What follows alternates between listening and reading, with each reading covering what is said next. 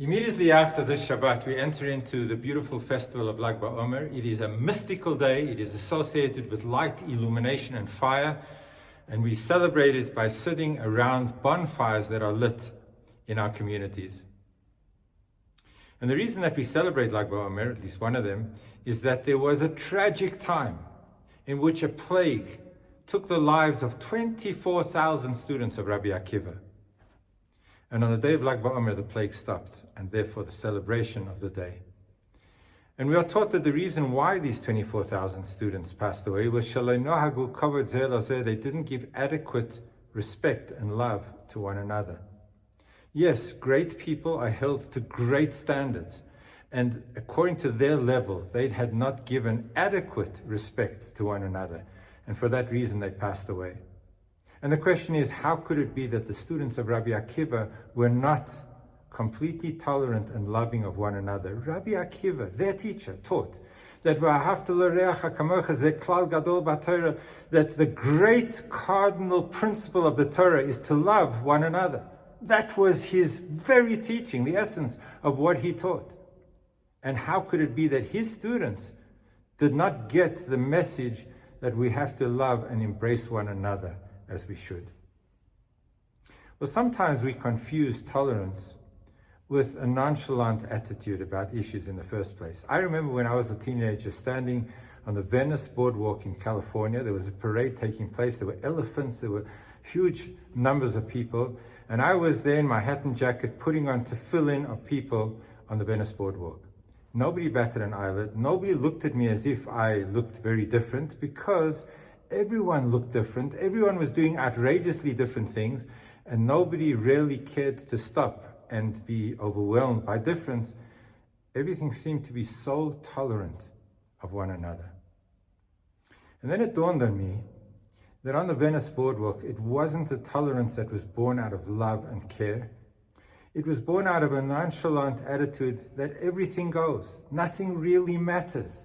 I can tolerate everyone because I stand for everything. Nothing really is a principle of my life. Just let it be. Hang loose. Casual as we are about the issues of the world, nothing really matters, and therefore nobody really bucks the system. There isn't one. When is tolerance really powerful? It's when we have a dream, and we have a mission, and we have an understanding of truth, and we believe in it so deeply that it goes to our core, and then we see somebody else who's different to us. And we look at that individual and we say, how can you not understand things as I do? I'm so passionate about it. This is my life. And we see the next individual as being a threat to what we believe is the truth. When we believe so deeply in truth, it's much harder to be open and to be tolerant about people who see things differently. Rabbi Akiva's students were passionate about the truth that they received from their teacher. And when they understood it so clearly and so passionately, and they saw somebody else who was not getting the message appropriately, they felt they needed to tell the person to understand it better. It mattered to them. It mattered them so much that they could not handle the fact that another student was not getting the truth as they should. That's when the challenge of tolerance comes in. When you believe passionately, when you have a mission, when you have a purpose, when you have an understanding of truth, to be able to recognize that somebody else might see it differently, and to be tolerant and to be embracing of that difference. We're in a very precarious time for our people Israel. We are surrounded by hatred and anti-Semitism that is growing in proportions we never thought possible half a year ago.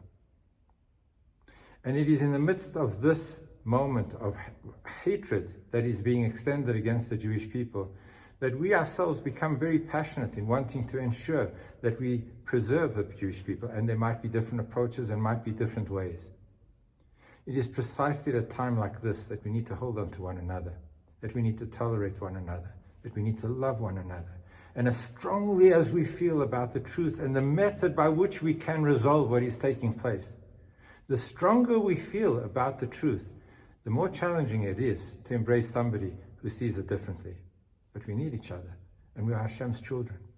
And it is on the day of BaOmer that we celebrate Saturday night into Sunday, that we need to have Jewish pride. There's going to be parades through the city of Johannesburg and all over the world where children should feel proud to be Jewish, should feel able to express the fact that they're Jewish, to walk together with love, mutual recognition, a sense that we're part of the same whole. We are all children of Hashem. In a world that is so upside down in its values and so much hatred is around us, don't let the fissures and fractures of difference enter into our lives. Let us love one another so deeply, notwithstanding that we see things differently from one another.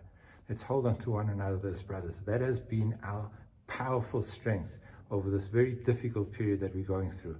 May we look forward with the same degree, intensity of commitment to the truth and commitment to one another. And may Hashem look down from his heavenly abode and embrace his children as we embrace one another and bring about peace, security, joy and happiness, restore strength, bring healing, bring back the hostages to their families. And may Mashiach, the righteous Redeemer, come a moment sooner and envelop this world with wholesomeness, happiness, and peace. Have a beautiful Shabbos and a wonderful BaOmer.